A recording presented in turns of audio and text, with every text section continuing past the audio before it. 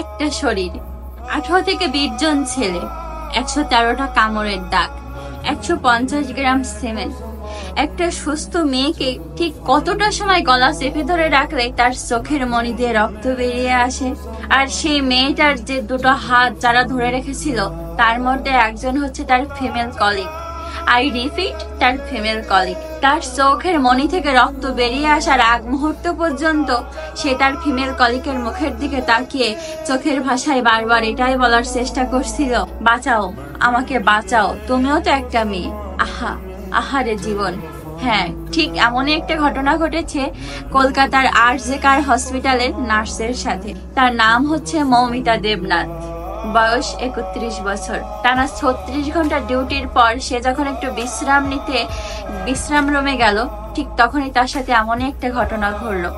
আর ঠিক এমন ভাবেই তাকে রেপ করা হয়েছিল যে গলাটা যখন চেপে ধরা হয়েছিল রেপ করার সময় তার গলার হাড়গুলোও পর্যন্ত ভেঙে গিয়েছিল।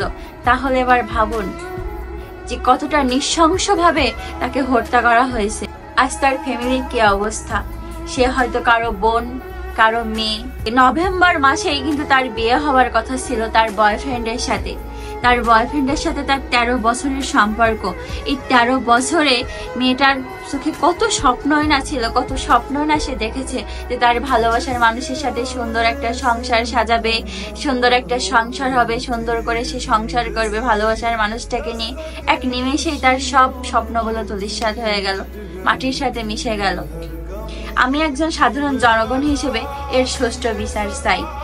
আর যখন এটাও আমি বলবো, যখন আমাদের বাংলাদেশের ছাত্র আন্দোলন হয়েছিল তখন কিন্তু পশ্চিমবঙ্গের অনেক ছাত্ররাই আমাদের বাংলাদেশের ছাত্রদের সাথে আন্দোলন করেছে, তাদের সহযোগিতা করেছে, তারা এগিয়ে এসেছে। তাই আমিও চাই আমাদের বাংলাদেশের ছাত্ররাও এগিয়ে যাক এই আন্দোলনে। ঠিক এরকমই একটা ঘটনা বাংলাদেশেও কিছু বছর আগে ঘটেছিল। 2016 সালে এরকম নৃশংস ভাবে কিন্তু একটা মেয়েকে হত্যা করা হয়েছিল। তার নাম ছিল তনু। সে কিন্তু সুষ্ঠু বিচার পায়নি। তো আমি একজন সাধারণ জনগণ হিসেবে আমি চাই মৌমিতা এর সুষ্ঠু বিচার পাক।